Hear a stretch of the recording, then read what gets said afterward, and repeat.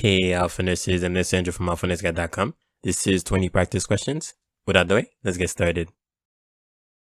A client with a large goiter is scheduled for a subtotal thyroidectomy to treat thyrotoxicosis. Saturated solution of potassium iodide is prescribed preoperatively for the client. The expected outcome of using this drug is that it helps 1.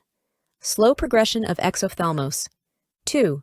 Reduce the vascularity of the thyroid gland. 3. Decrease the body's ability to store thyroxine. 4. Increase the body's ability to excrete thyroxine. The correct answer is 2. Reduce the vascularity of the thyroid gland. SSKI is frequently administered before a thyroidectomy because it helps decrease the vascularity of the thyroid gland. A highly vascular thyroid gland is very friable, a condition that presents a hazard during surgery. Preparation of the client for surgery includes depleting the gland of thyroid hormone and decreasing vascularity. SSKI does not decrease the progression of exophthalmos, and it does not decrease the body's ability to store thyroxine or increase the body's ability to excrete thyroxine. The nurse is completing a health assessment of a 42-year-old female with suspected Graves' disease. The nurse should assess this client for 1. Anorexia. 2. Tachycardia. 3. Weight gain. 4. Cold skin. The correct answer is 2. Tachycardia. Graves' disease, the most common type of thyrotoxicosis, is a state of hypermetabolism. The increased metabolic rate generates heat and produces tachycardia and fine muscle tremors. Anorexia is associated with hypothyroidism. Loss of weight, despite a good appetite and adequate caloric intake, is a common feature of hyperthyroidism. Cold skin is associated with hypothyroidism. When discussing recent onset of feelings of sadness and depression in a client with hypothyroidism, the nurse should inform the client that these feelings are 1. The effects of thyroid hormone replacement therapy will diminish over time. 2. Related to thyroid hormone replacement therapy and will not diminish over time. 3. A normal part of having a chronic illness. 4. Most likely related to low thyroid hormone levels and will improve with treatment. The correct answer is 4.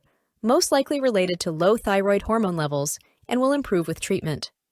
Hypothyroidism may contribute to sadness and depression.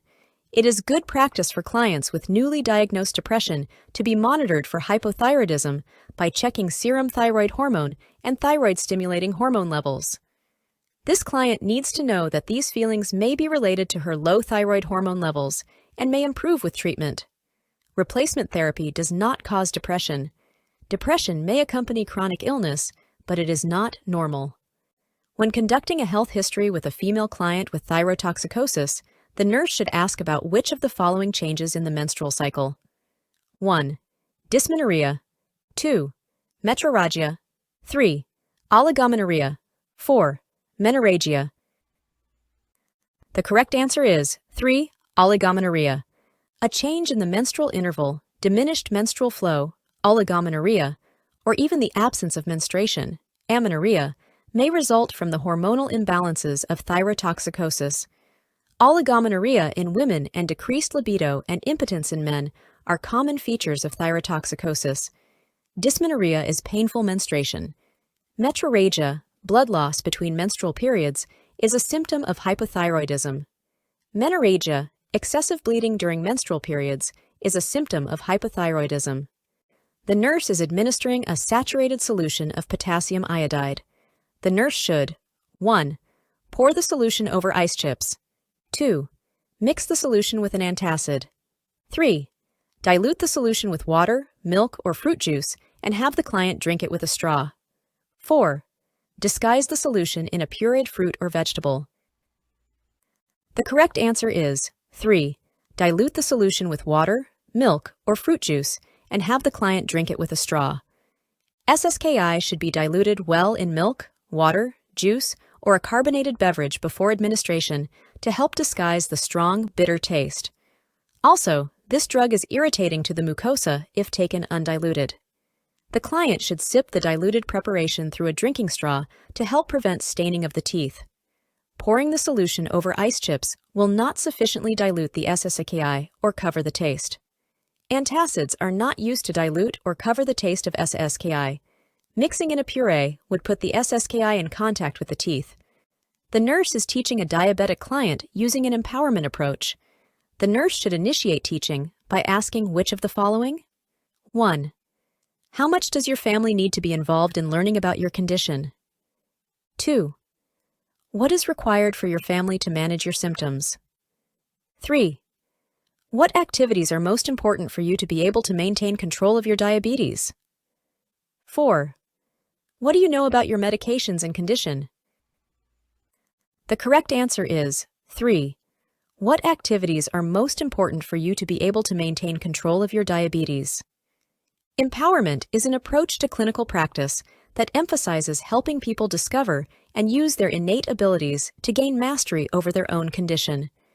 Empowerment means that individuals with a health problem have the tools, such as knowledge, control, resources, and experience, to implement and evaluate their self-management practices. Involvement of others, such as asking the client about family involvement, implies that the others will provide the direct care needed rather than the client. Asking the client what the client needs to know implies that the nurse will be the one to provide the information.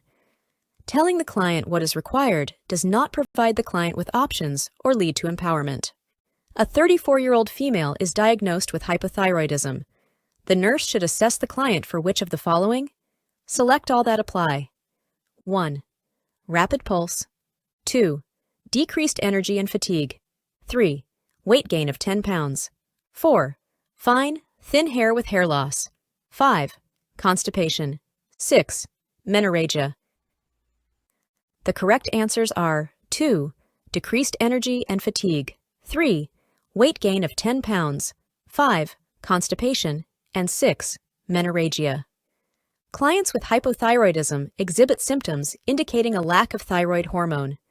Bradycardia, decreased energy and lethargy, memory problems, weight gain, coarse hair, constipation, and menorrhagia are common signs and symptoms of hypothyroidism. Following a subtotal thyroidectomy, the nurse asks the client to speak immediately upon regaining consciousness. The nurse does this to monitor for signs of which of the following? 1. Internal hemorrhage. 2. Decreasing level of consciousness. 3. Laryngeal nerve damage. 4. Upper airway obstruction. The correct answer is 3. Laryngeal nerve damage. Laryngeal nerve damage is a potential complication of thyroid surgery because of the proximity of the thyroid gland to the recurrent laryngeal nerve. Asking the client to speak helps assess for signs of laryngeal nerve damage. Persistent or worsening hoarseness and weak voice are signs of laryngeal nerve damage and should be reported to the physician immediately. Internal hemorrhage is detected by changes in vital signs. The client's level of consciousness can be partially assessed by asking her to speak, but that is not the primary reason for doing so in this situation. Upper airway obstruction is detected by color and respiratory rate and pattern. Propylthuracil is prescribed for a client with Graves' disease. The nurse should teach the client to immediately report which of the following? 1. Sore throat. 2. Painful excessive menstruation. 3. Constipation. 4. Increased urine output. The correct answer is 1. Sore throat. The most serious adverse effects of PTU are leukopenia and agranulocytosis, which usually occur within the first 3 months of treatment. The client should be taught to promptly report to the healthcare provider signs and symptoms of infection, such as a sore throat and fever. Clients having a sore throat and fever should have an immediate white blood cell count and differential performed, and the drug must be withheld until the results are obtained. Painful menstruation, constipation, and increased urine output are not associated with PTU therapy. A client who has undergone a subtotal thyroidectomy is subject to complications in the first 48 hours after surgery. The nurse should obtain and keep at the bedside equipment to 1. Begin total parenteral nutrition. 2. Start a cut-down infusion. 3. Administer tube feedings. 4. Perform a tracheotomy. The correct answer is 4. Perform a tracheotomy.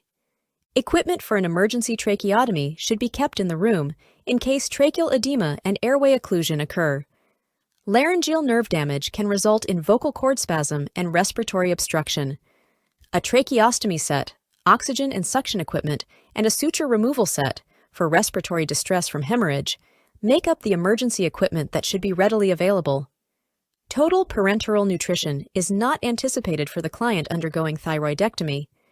Intravenous infusion via a cut-down is not an expected possible treatment after thyroidectomy. Tube feedings are not anticipated emergency care. A client with thyrotoxicosis says to the nurse, "I am so irritable. I am having problems at work because I lose my temper very easily."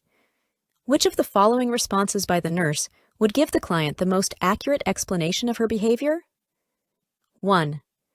Your behavior is caused by temporary confusion brought on by your illness. 2. Your behavior is caused by the excess thyroid hormone in your system. 3. Your behavior is caused by your worrying about the seriousness of your illness. 4. Your behavior is caused by the stress of trying to manage a career and cope with illness. The correct answer is 2. Your behavior is caused by the excess thyroid hormone in your system. A typical sign of thyrotoxicosis is irritability caused by the high levels of circulating thyroid hormones in the body. This symptom decreases as the client responds to therapy. Thyrotoxicosis does not cause confusion. The client may be worried about her illness, and stress may influence her mood. However, irritability is a common symptom of thyrotoxicosis, and the client should be informed of that fact rather than blamed.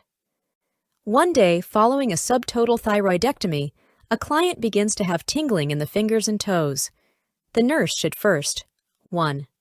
Encourage the client to flex and extend their fingers and toes. 2. Notify the physician. 3. Assess the client for thrombophlebitis. 4. Ask the client to speak. The correct answer is 2. Notify the physician. Tetany may occur after thyroidectomy if the parathyroid glands are accidentally injured or removed during surgery. This would cause a disturbance in serum calcium levels.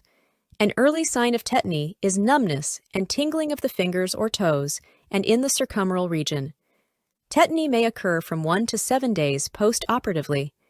Late signs and symptoms of tetany include seizures, contraction of the glottis, and respiratory obstruction. The nurse should notify the physician. Exercising the joints in the fingers and toes will not relieve the tetany. The client is not exhibiting signs of thrombophlebitis. There is no indication of nerve damage that would cause the client not to be able to speak. The nurse is evaluating a client with hyperthyroidism who is taking propylthuracil 100 mg per day in 3 divided doses for maintenance therapy. Which of the following statements from the client indicates the desired outcome of the drug? 1. I have excess energy throughout the day. 2. I am able to sleep and rest at night. 3. I have lost weight since taking this medication. 4. I do perspire throughout the entire day. The correct answer is 2. I am able to sleep and rest at night. PTU is a prototype of thioamide antithyroid drugs. It inhibits production of thyroid hormones and peripheral conversion of T4 to the more active T3. A client taking this antithyroid drug should be able to sleep and rest well at night since the level of thyroid hormones is reduced in the blood. Excess energy throughout the day, loss of weight, and perspiring through the day are symptoms of hyperthyroidism, indicating the drug has not produced its outcome. Which of the following medications should be available to provide emergency treatment if a client develops tetany after a subtotal thyroidectomy? 1. Sodium phosphate. 2. Calcium gluconate. 3. Ecothiopate iodide. 4. Sodium bicarbonate. The correct answer is 2. Calcium gluconate. The client with tetany is suffering from hypocalcemia, which is treated by administering an IV preparation of calcium, such as calcium gluconate or calcium chloride. Oral calcium is then necessary until normal parathyroid function returns. Sodium phosphate is a laxative. Ecothiopate iodide is an eye preparation used as a miotic for an anti-glaucoma effect. Sodium bicarbonate is a potent systemic antacid. The nurse should teach the client with Graves' disease to prevent corneal irritation from mild exophthalmos by 1. Massaging the eyes at regular intervals. 2. Instilling an ophthalmic anesthetic as prescribed. 3. Wearing dark-colored glasses. 4. Covering both eyes with moistened gauze pads. The correct answer is 3. Wearing dark-colored glasses. Treatment of mild ophthalmopathy that may accompany thyrotoxicosis includes measures such as wearing sunglasses to protect the eyes from corneal irritation. Treatment of ophthalmopathy should be performed in consultation with an ophthalmologist. Massaging the eyes will not help to protect the cornea. An ophthalmic anesthetic is used to examine and possibly treat a painful eye, not protect the cornea. Covering the eyes with moist gauze pads is not a satisfactory nursing measure to protect the eyes of a client with exophthalmos because treatment is not focused on moisture to the eye, but rather on protecting the cornea and optic nerve. In exophthalmos, the retrobulbar connective tissues and extraocular muscle volume are expanded because of fluid retention. The pressure is also increased. A 60-year-old female is diagnosed with hypothyroidism. The nurse should assess the client for which of the following? 1. Tachycardia. 2. Weight gain. 3. Diarrhea. 4. Nausea. The correct answer is 2. Weight gain. Typical signs and symptoms of hypothyroidism include weight gain, fatigue, decreased energy, apathy, brittle nails, dry skin, cold intolerance, hair loss, constipation, and numbness and tingling in the fingers. Tachycardia is a sign of hyperthyroidism, not hypothyroidism. Diarrhea and nausea are not symptoms of hypothyroidism. A client with Graves' disease is treated with radioactive iodine in the form of sodium iodide, I-131. Which of the following statements by the nurse will explain to the client how the drug works? 1. The RAI stabilizes the thyroid hormone levels before a thyroidectomy. 2. The RAI reduces uptake of thyroxine and thereby improves your condition. 3. The RAI lowers the levels of thyroid hormones by slowing your body's production of them. 4. The RAI destroys thyroid tissue so that thyroid hormones are no longer produced. The correct answer is 4. The RAI destroys thyroid tissue so that thyroid hormones are no longer produced. Sodium iodide, I-131, destroys the thyroid follicular cells, and thyroid hormones are no longer produced. RAI is commonly recommended for clients with Graves' disease, especially the elderly. The treatment results in a medical thyroidectomy. RAI is given in lieu of surgery, not before surgery. RAI does not reduce uptake of thyroxine. The outcome of giving RAI is the destruction of the thyroid follicular cells. It is possible to slow the production of thyroid hormones with RAI. The nurse should assess a client with hypothyroidism for which of the following? 1. Corneal abrasion due to inability to close the eyelids. 2. Weight loss due to hypermetabolism. 3. Fluid loss due to diarrhea. 4. Decreased activity due to fatigue. The correct answer is 4. Decreased activity due to fatigue. A major problem for people with hypothyroidism is fatigue. Other signs and symptoms include lethargy, personality changes, generalized edema, impaired memory, slowed speech, cold intolerance, dry skin, muscle weakness, constipation, weight gain, and hair loss. Incomplete closure of the eyelids, hypermetabolism, and diarrhea are associated with hyperthyroidism. After treatment with radioactive iodine in the form of sodium iodide, I-131, the nurse teaches the client to 1. Monitor for signs and symptoms of hyperthyroidism. 2. Rest for 1 week to prevent complications of the medication. 3. Take thyroxine replacement for the remainder of the client's life. 4. Assess for hypertension and tachycardia resulting from altered thyroid activity. The correct answer is 3. Take thyroxine replacement for the remainder of the client's life. The client needs to be educated about the need for lifelong thyroid hormone replacement. Permanent hypothyroidism is the major complication of RAI I-131 treatment. Lifelong medical follow-up and thyroid replacement are warranted. The client needs to monitor for signs and symptoms of hypothyroidism, not hyperthyroidism. Resting for 1 week is not necessary.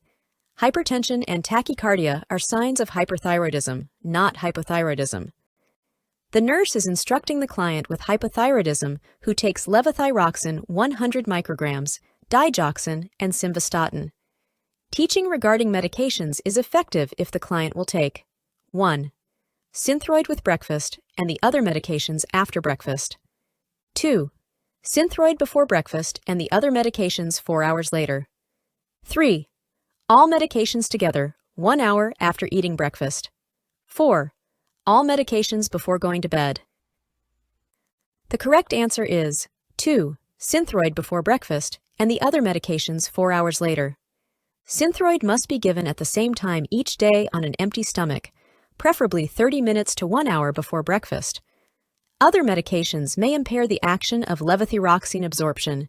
The client should separate doses of other medications by 4 to 5 hours. You can get my NCLEX course review. Links will be in the description. I'll see you guys in the next video.